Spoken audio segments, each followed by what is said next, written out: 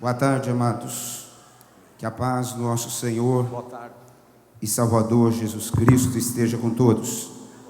Quero agradecer a Deus por essa oportunidade, agradecer ao pastor Reuel, agradecer ao pastor Henrique, ao pastor Wesley, toda a diretoria, toda a equipe dos Gideões.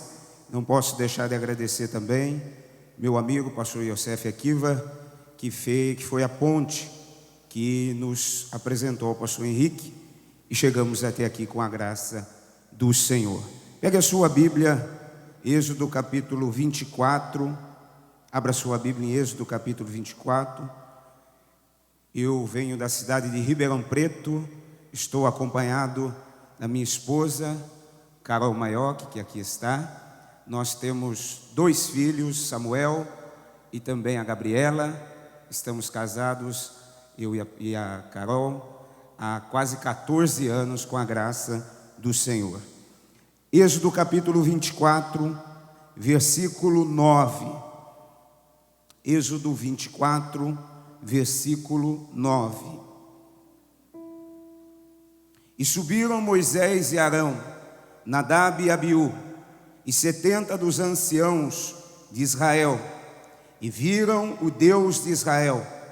Debaixo de seus pés havia como uma obra de pedra de safira, e como o parecer do céu na sua claridade.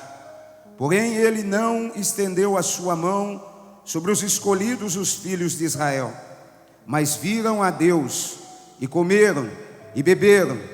Então disse o Senhor a Moisés: sobe a mim ao monte e fica lá, e dar-te-ei tábuas de pedra, e a lei e os mandamentos que tenho escrito, para os ensinares. E levantou-se Moisés com Josué, seu servidor, e subiu Moisés o culto de Deus, e disse aos anciãos: esperai-nos aqui, até que nos tornemos a vós. E eis que Arão e Ur ficam convosco. Quem tiver algum negócio se chegará a eles.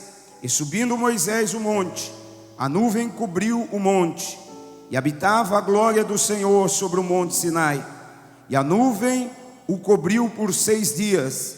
E ao 7º dia chamou o Senhor a Moisés do meio da nuvem, e o aspecto da glória do Senhor era como um fogo consumidor, e no cume do monte, aos olhos dos filhos de Israel. E Moisés entrou no meio da nuvem, e depois que subiu o monte, e Moisés esteve no monte 40 dias e 40 noites. Amém. Eu quero fazer uma oração, sem invalidar a oração que fora feita, mas um costume meu. Vamos fechar os nossos olhos, eu quero fazer essa oração. Senhor meu Deus e Pai, Tu sabes, ó meu Deus, que eu nunca pedi ao Senhor para estar aqui, porque nunca houve coragem em mim de ver esse momento. Mas o Senhor sondou a minha alma e encontrou esse desejo no meu coração. E hoje cumpre-se esse desejo, e hoje cumpre-se esse momento. Eu agradeço ao Senhor, meu Pai, e se o Senhor me trouxe aqui, que eu entregue tudo o que o Senhor quiser que eu fale, que o Senhor use a minha boca, os meus lábios, a minha mente, o meu corpo, a minha alma, o meu espírito, para transmitir a Tua santa e poderosa palavra, Pai. Usa-me com unção e autoridade, em o nome de Jesus, amém e amém. Você pode dar um glória a Deus e se assentar em nome de Jesus. Há 22 anos, quando dera a minha conversão, surgiu também em mim uma fome incessante de querer conhecer a Deus, de querer conhecer mais o Senhor. E um colega meu da igreja me disse: Marcelo, se você quer conhecer a Deus, é só você ler a Bíblia. E eu comecei a ler a Bíblia com a fome, como um leão come uma caça. Li toda ela de Gênesis a Apocalipse, e voltei ao meu amigo e disse para ele: eu já li toda a Bíblia, mas eu estou com alguns problemas, porque eu não consigo entender. Ele disse: não é assim, você precisa ler de novo, porque à medida que você vai lendo, você vai conhecer a Deus. Então parti para a segunda leitura da palavra do Senhor, e fui com fome, madrugada, manhãs e tardes, lendo a palavra de Deus. Mas começou a acontecer na minha mente mais dúvidas do que certezas, mais questionamentos do que certezas.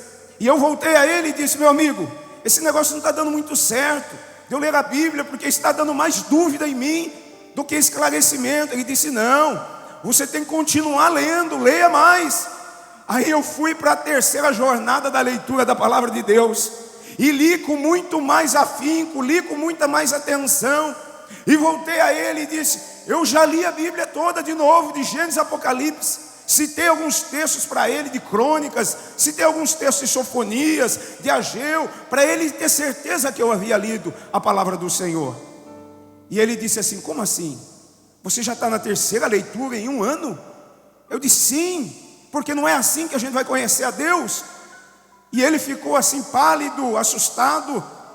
E eu disse para ele: me diga uma coisa, quantas vezes você leu a Bíblia para conhecer a Deus, para mim ter um parâmetro, para mim ter uma ideia de quantas vezes eu preciso ler para entender? E ele abaixou a cabeça, olhou para o chão, ficou meio sem graça. Eu disse para ele: você não leu a Bíblia toda? Ele disse: sabe como que é? Eu falei: você disse para mim ler, que eu ia conhecer a Deus, e você não leu? Como todo religioso diz para fazer o que ele não fez. Aí eu entendi que não era lendo a Bíblia que eu ia conhecer a Deus, porque quando eu comecei a ler a Bíblia, há 22 anos, dado a minha conversão, isso começou a criar dúvidas na minha mente, porque eu comecei a perguntar: o que é que Deus viu em Noé para chamar ele homem reto e justo? O que é que Deus viu em Abel para se agradar do sacrifício de Abel e não se agradar do sacrifício de Caim? O que é que esses homens tiveram? E aí eu entendi que a palavra de Deus, ela não serve para ser lida.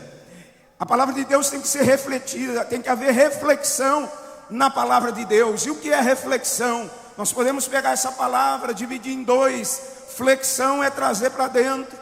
O prefixo re significa mais que uma vez. Então eu entendi que a palavra de Deus, eu devia trazer uma, devia trazer duas, devia trazer três, devia trazer quatro, devia trazer cinco, devia trazer seis, devia trazer sete, até que eu e a palavra fôssemos um só. Aleluia, aleluia. E aí eu comecei então a refletir na palavra do Senhor, como por exemplo, por que é que Noé foi chamado homem justo e homem reto? Eu vou explicar da forma mais simples, porque se o simples entender, todo mundo vai entender. Porque Deus chamou Noé de homem justo.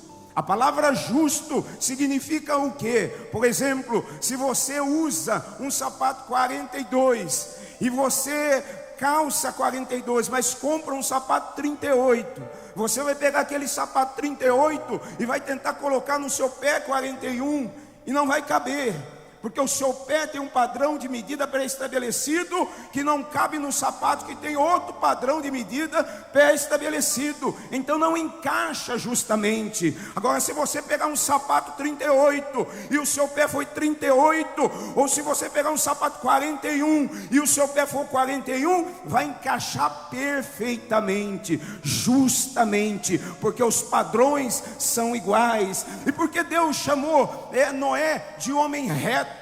Reto, alguém poderia responder, é porque não é torto. Isso, resposta cartesiana. Reto porque não é torto. Mas como eu defino o que é reto e o que é torto? Eu preciso de uma régua, porque quando eu encosto a régua, eu vou saber que o que foge da régua está torto, o que segue a régua está reto. Aí nós vamos entender o outro texto que eu citei, de Caim e Abel. Por que é que Deus se agradou de Abel, do sacrifício de Abel, e não se agradou do sacrifício de Caim? Por que isso aconteceu? Porque Abel seguiu o padrão pré-estabelecido por Deus de justiça. Caim não seguiu. Caim inventou algo para oferecer ao Senhor. E quando nós inventamos as coisas, Deus não se agrada, porque se existe um padrão pré-estabelecido, tem que seguir o padrão de Deus. Você pode inventar algo bom, você pode inventar algo interessante, você pode inventar algo que seja criativo, mas se não for seguindo o padrão de Deus, não serve, não presta, joga fora, porque é o padrão de Deus que serve. E porque Abel seguiu o padrão de Deus? Porque quando nós vamos ver no Éden, quando Adão e Eva pecaram, Deus veio no jardim. Adão não estava nu, Adão estava vestido.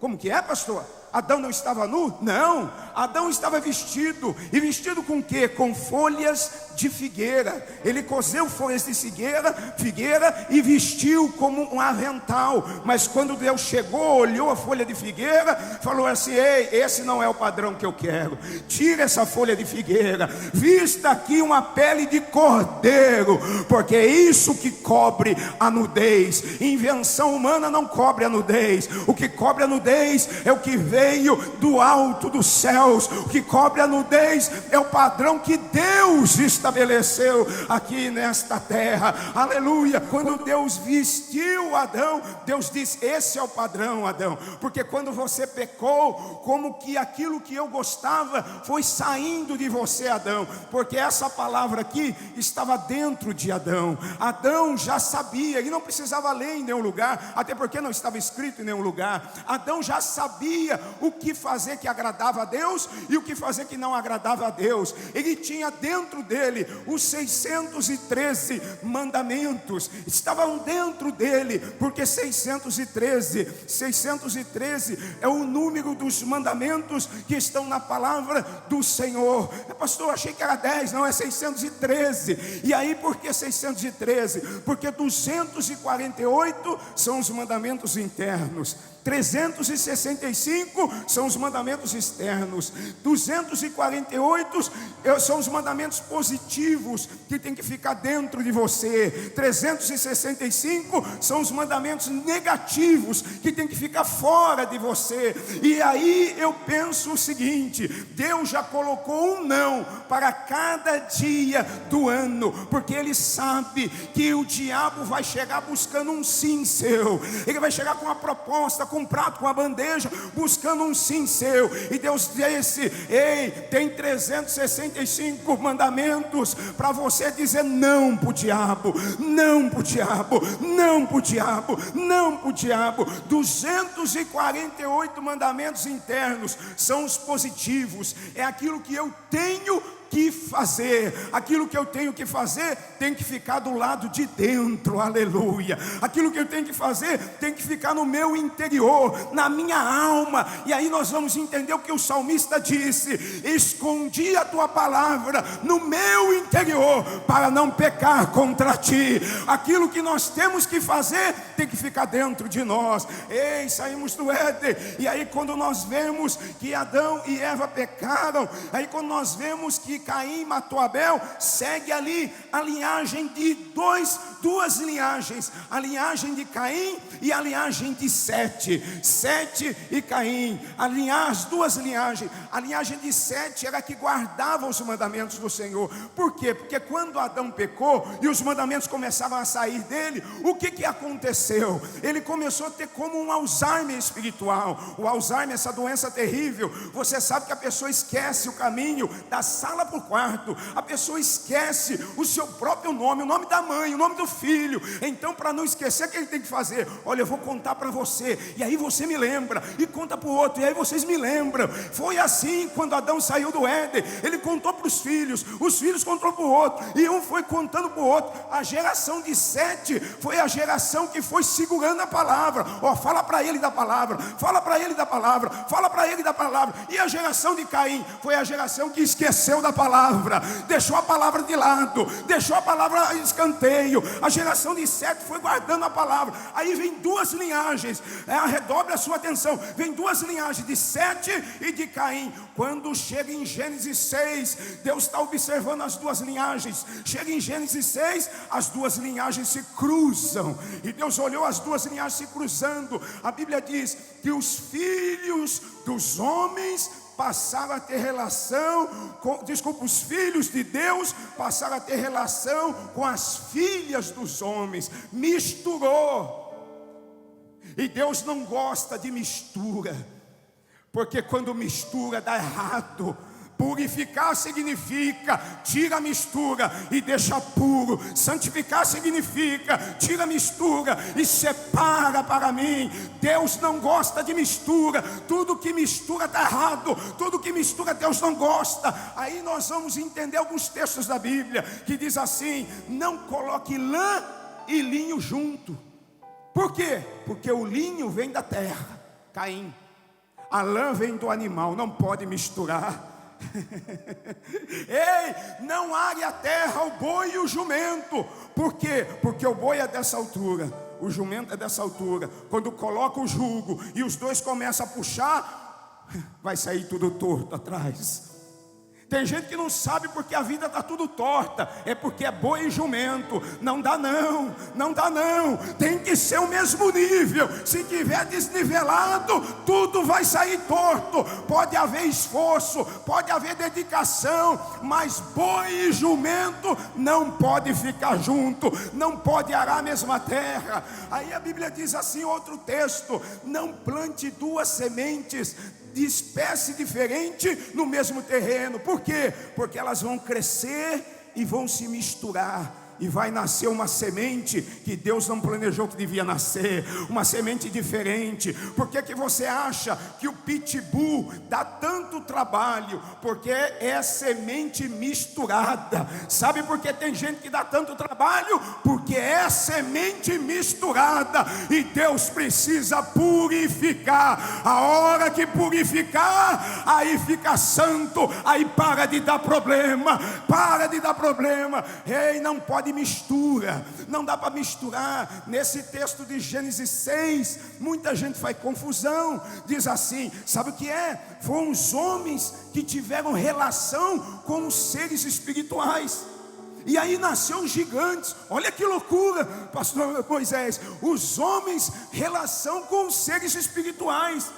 E tem gente que diz assim, eu fui pregar numa igreja e estava todo mundo assim com a camisa: Jesus é meu herói. Eu falei, não sabe o que estão falando? Como assim Jesus é herói? Porque herói sabe o que é? É mitologia grega. Mito, história da Grécia. Mitologia grega. O que a mitologia grega diz? Ela diz assim, que um ser humano que tem relação com um ser espiritual, nasce um semideus, que é um herói. E o meu Jesus, o teu Jesus, o nosso Jesus, não é semi, ele é Deus, ele é Deus, ele é Deus. Ele não é meu herói, ele é o meu Deus, ele é o meu Senhor. Aleluia, aleluia. Segura. Quando Deus olha que misturou e virou uma bagunça, pastor Reuel, Deus fala, eu vou destruir tudo, eu vou acabar com tudo.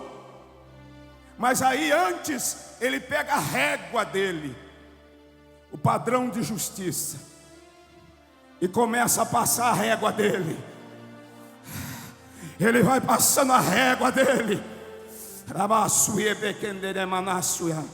Ele vai passando a régua dele, vai passando a régua dele, vai passando a régua, vai passando. Quando chega em Noé, ele fala, epa, esse é reto.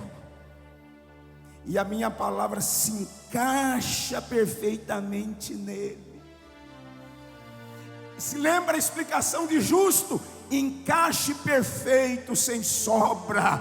A palavra encaixou perfeito. A palavra descansou no Noé. Então Deus falou, ei, eu tenho um problema. Eu não posso destruir nada agora, porque Noé está aí.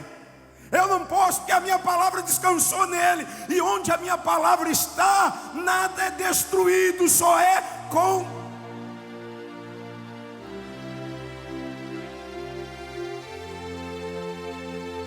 Eu vou tomar um pouco de H2O, você dá glória a Deus aí.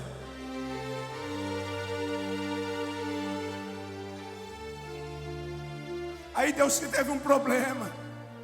Ele disse, eu não posso destruir porque Noé está aí. Então ele criou um plano para Noé. Você entendeu por que tanta coisa ruim acontece no mundo? E você fica perguntando: onde está Deus? Deus criou um plano para Noé. E enquanto Noé estivesse fazendo arca, Deus não ia destruir nada. Você entendeu por que as coisas estão acontecendo? E parece que Deus não está fazendo. Gente morrendo para lá, é guerra, é tudo uma catástrofe. Parece que Deus está dormindo. Não, Deus não está dormindo. Porque enquanto nós estivermos aqui construindo arca, Deus vai segurar. Eu estou te dizendo, enquanto nós estivermos aqui construindo a arca, Deus vai segurar tudo lá em cima.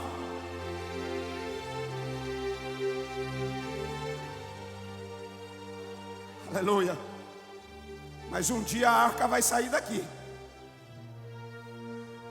Deixa eu dizer para você, arca no hebraico é tav ou tov. Toda palavra em hebraico, letra em hebraico, tem um número e um símbolo. Tav é arca, mas também é cruz. Enquanto estivermos aqui falando do nome do Senhor Jesus, Deus vai segurar na misericórdia dele. Mas está chegando o dia da arca voltar, da arca sair daqui. Ei, Noé sai com a arca. Noé vai. Aí quando ele sai da arca, ele vê um arco celeste. Que arco-íris é mistura também da mitologia grega. Você não vai ver na sua Bíblia arco-íris, você vai ver arco celeste. Porque íris é uma deusa. E aí, quando ele vê, a Bíblia diz que ele, depois que saiu da arca, ele viveu 350 anos. Depois que saiu da arca, ele morreu com 950. Com 300 anos que Noé saiu da arca, nasce Abrão. Abrão é contemporâneo de Noé. Contemporâneo, com o mesmo tempo de Noé. Viveu no mesmo tempo de Noé. Quando você ler a Bíblia, você vai ver que a Bíblia diz assim: e Abrão seguiu todos os mandamentos, preceitos, mandatos e leis. Como que Abrão seguiu tudo isso? Se quem escreveu a lei foi Moisés, 460 anos depois de Abrão. Como? Que alguém falou para ele, alguém ensinou ele. Quem ensinou ele? Noé. Sabe por quê? Porque quando Abraão sai, Deus não fala para ele: olha, Abraão, você vai fazer um altar assim, assim, assim. Não, a Bíblia diz: e Abraão fez um altar. Quem ensinou Abraão a fazer altar? Noé. Noé ensinou Abraão a fazer altar. E Noé aprendeu a fazer altar e fez muito bem. Aleluia. Porque quando a gente aprende, a gente não esquece mais. Aleluia. Aleluia. Noé passou para Abraão. Abraão passou para Isaac. Isaac passou para Jacó. Jacó foi passando até que chegou em Moisés. Quando chega em Moisés, os mandamentos estão quase se perdendo. E Deus diz assim: eu preciso escrever os mandamentos. Porque o Alzheimer também é assim. Quando você esquece, você tem que falar para alguém para te lembrar. E quando você esquece, você tem que marcar. Quem tem Alzheimer marca e cola na geladeira, cola em todo lugar, para ele ler e lembrar o que esqueceu. Deus falou: vou precisar lembrar eles, escrever. Só que Deus desce e fala assim: primeiro mandamento é esse, segundo mandamento é esse, terceiro é esse. O povo falou: Senhor, para, nós estamos com medo de morrer. Chama um líder. Aí Deus chama Moisés: ei Moisés, você vai subir um monte.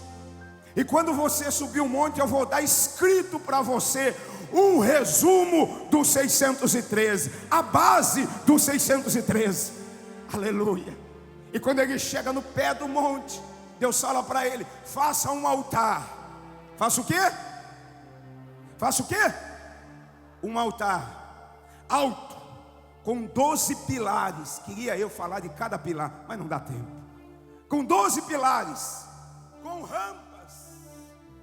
Por que rampas? Porque não escada? Porque se fosse escada, o sacerdote tinha que levantar a perna demais, aparecia a sua nudez. Então rampa é para que o sacerdote subisse devagar, com cuidado e com passos curtos. Porque quem vai para o altar não pode ter pressa, não pode ser descuidado, aleluia, não pode mostrar sua nudez. Deixa eu te dizer, você está correndo muito, você está apressado muito, você está assistindo pela internet e não veio, porque achou que ia perder dinheiro. Ei, Deus está falando, tem que andar os passos do altar, porque quem anda nos passos do altar, anda a passos lentos, devagar, com cuidado e sem mostrar nudez. Aleluia, para de correr. Você nunca vai ver na Bíblia escrito, e Jesus correu. Os discípulos queriam que ele corresse. Vamos, Jesus, vamos, ele vai morrer. Para Jesus tanto faz, porque se ele chegar e estiver vivo, aleluia. Se chegar e estiver morto, está vivo. Porque onde Jesus chega, chega a vida. Você está aqui preocupado com quem ficou em casa? Ei, quando você chegar lá, chegou a vida. Você está aqui preocupado com as dívidas? Quando chegar lá, chegou a vida. Chegou a vida, chegou a vida. Suba ao altar, passos curtos, com cuidado e sem mostrar nudez. Quando subiu, Deus falou assim: Moisés, agora você peça para os jovens sacrificarem primeiro. É isso que a nossa geração, eu digo da minha, está precisando. Ensinar os jovens a sacrificar. Não precisa de rave gospel, baile gospel, não sei o que é gospel. Nós precisamos ensinar eles a sacrificar, a subir no altar e sacrificar primeiro. Os jovens sacrificaram.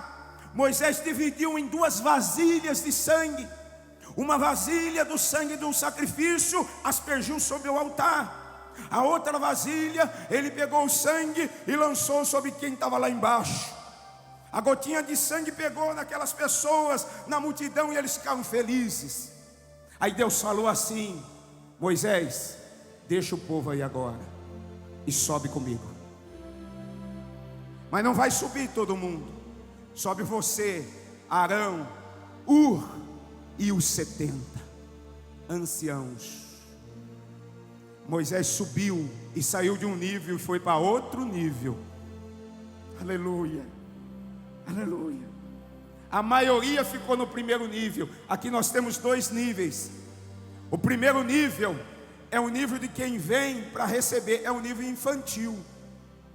Quem vem para trocar no pé do monte. Deus respeita porque Ele dá. Por que nível infantil, pastor? Eu tenho uma filha de 3 anos. E eu digo para ela: come, Gabriela. Ela: não quero. Come, Gabriela. Eu não quero. Come, ela: não quero. Se você comer, eu vou te dar um chocolate. Ela diz: cadê o prato? Porque ela entende só assim. Não critique quem só entende no pé do monte, na base da troca. Porque uma hora ele vai querer sair daquele nível e subir. A criança só entende o literal. Uma mãe disse assim, a menina perguntou para a mãe: mãe, o que é sexo? A mãe explicou tudo sobre sexo. A menina ficou assim: mãe, mas é com S ou com C de cebola? Porque a criança entende o literal. Ela queria saber como escreve. A mãe explicou algo que não estava no nível da criança. Sabe por que tem gente que não entende muita coisa? Porque está no pé do monte.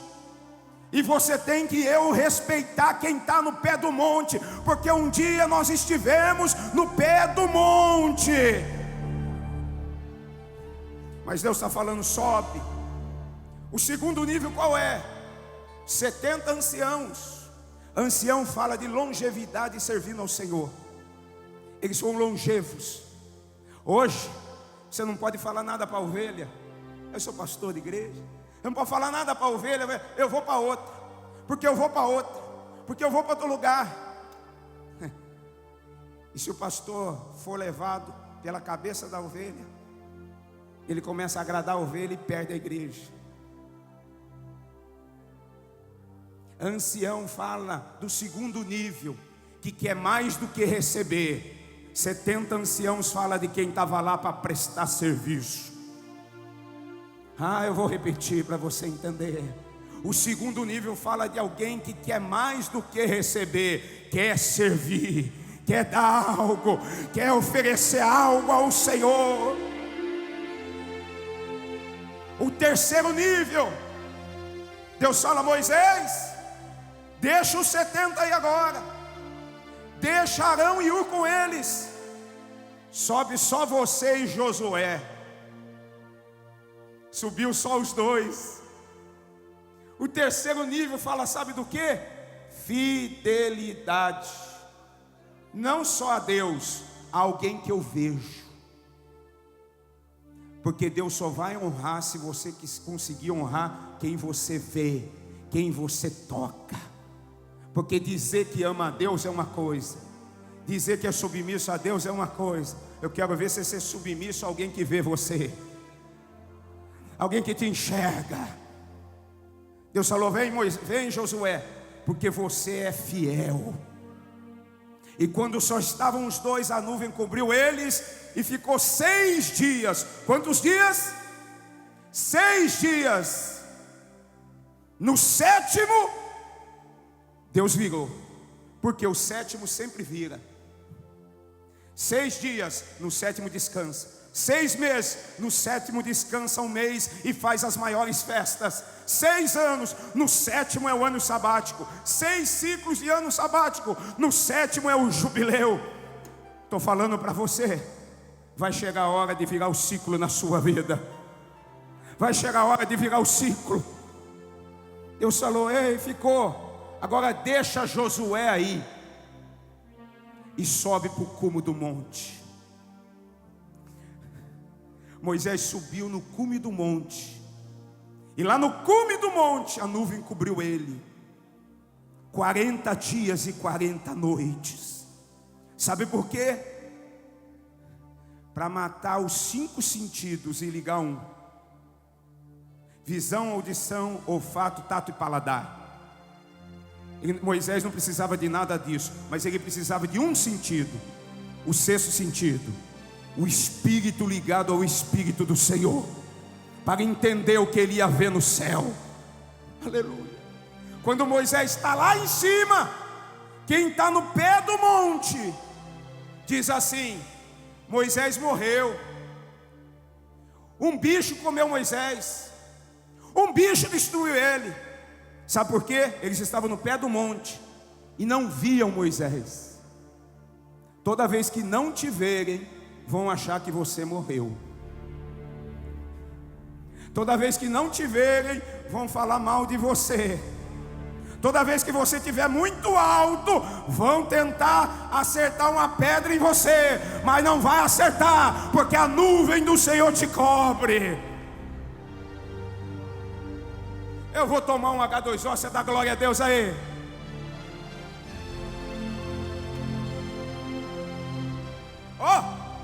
Quem fala mal de quem está no pé do monte? Quem fala mal de quem está em cima do monte? Quem está no pé do monte. E era tudo da mesma família. Quem joga pedra em quem está lá em cima é quem está no pé do monte. Não teve coragem de subir, critica quem está lá em cima. Não teve coragem de pagar o preço, critica quem pagou. Deus está falando: sobe o monte também, e a nuvem vai cobrir você.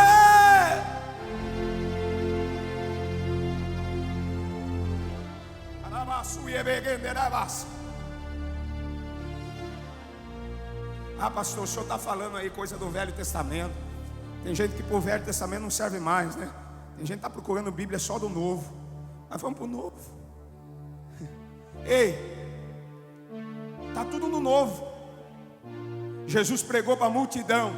O que a multidão queria? Pão, peixe. Ser liberto demônio. Jesus falou: toma pão, toma peixe, seja liberto demônio. Mas da multidão Jesus falou: ei, vem 82 comigo. 70 ele enviou, ficou 12. Vem os 12, continua comigo. Dos 12 ele falou: eu vou subir para a oração, já diminuiu. Porque você quer ver quem está com você? Vai para o Getsemane. Pastor, mas eles dormiram. Mas dormiu no Getsemane, porque é melhor do que dormir em casa. Ah, ele subiu no Getsemane, mas dormiu. É melhor do que dormir em casa. Mas foi.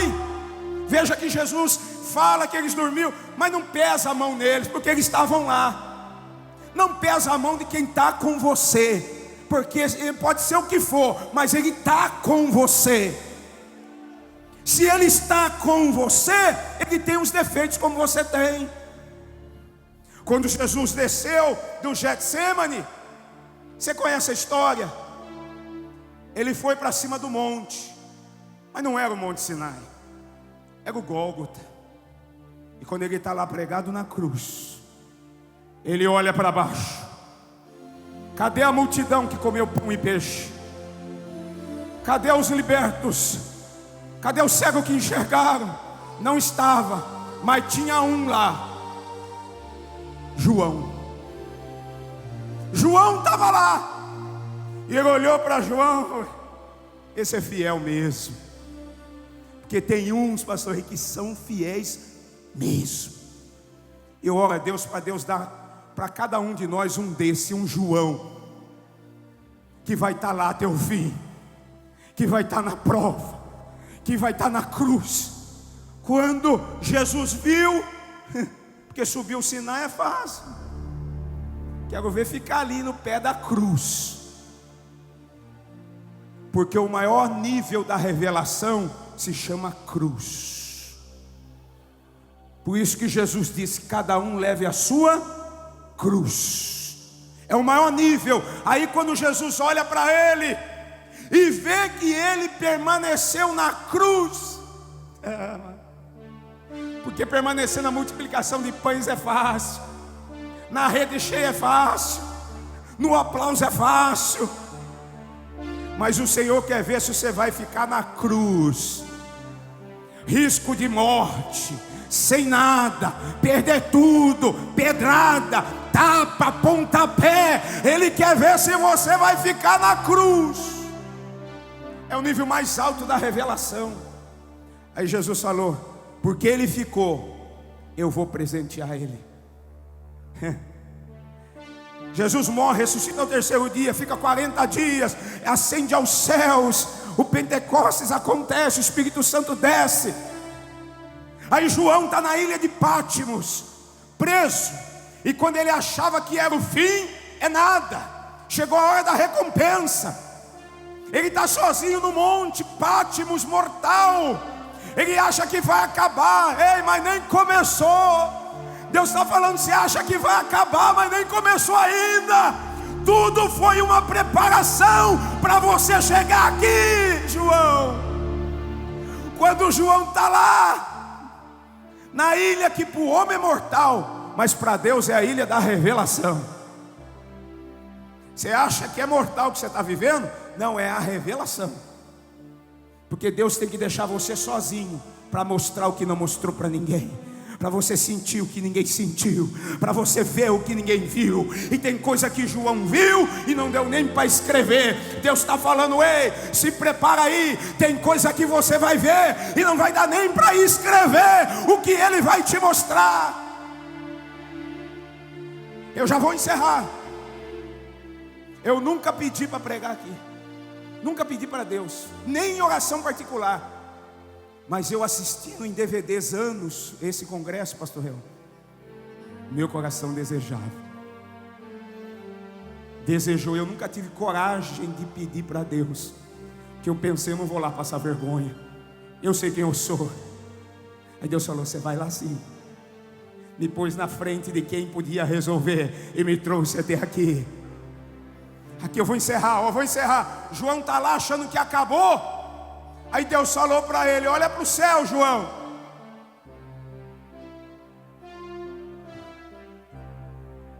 Aleluia. E eis que vejo uma porta aberta no céu. Quando você achar que acabou, tem uma porta aberta só para você. Deus tirou todo mundo para a porta ficar aberta só para você. Deus afastou todo mundo para ser só seu, só seu, só seu, só seu. Tem uma porta aberta para você, tem uma porta aberta para você. Quem crê fica de pé. Tem uma porta aberta para você. E João falou: o que é isso? E ele disse: e uma voz saía e dizia: vem para cá, João. Se prepara que a porta vai falar com você e vai dizer: vem, João, vem, João, vem, João, vem, João, venha, venha, venha. Tem uma porta aberta para você, tem uma porta aberta para você, tem uma porta aberta para você. E a voz vai sair e vai dizer para você: vem ver o que eu tenho para ti, em nome de Jesus. Ora, cante, cantora, batacarabara, rato, que tu te carabachadeba, recebe, bacantareba, ratecatureba da baixo, recebe, querebere, renasce, te cantara, recantareba, raçoca, quereas, yarasi, donasce, canteca, te care, cantora, recederá, ratecato, para tu que da chama, de toreba, de cantareba, da chatoiatere, de cantere, torre da che, da chara, uera, chacaraba.